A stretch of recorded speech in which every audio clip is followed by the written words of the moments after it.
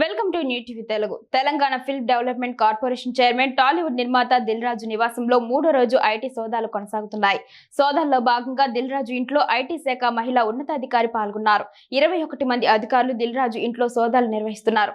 సోదాలు జరుగుతున్న సమయంలో దిల్ రాజు తల్లి అస్వస్థకు గురయ్యారు. దీంతో దిల్ రాజు కూతురు ఆమెను ఆసుపత్రికి తీసుకువెళ్లారు. వారి వెంట ఐటీ అధికారిని కూడా ఆసుపత్రికి వెళ్లారు. చికిత్స అనంతరం ఐటీ అధికారిని తిరిగి దిల్ రాజు ఇంటికి వచ్చారు. ఈ సమయంలో ఫోన్ మాట్లాడమని తన చేతిలోని ఫోన్ ను ఐటీ అధికారిని దిల్ రాజుకు ఇచ్చే ప్రయత్నం చేశారు. ఈ సమయంలో ఫోన్ తీసుకోకుండా దిల్ రాజు ఆమెపై ఒకంత అసహనం వ్యక్తం చేశారు.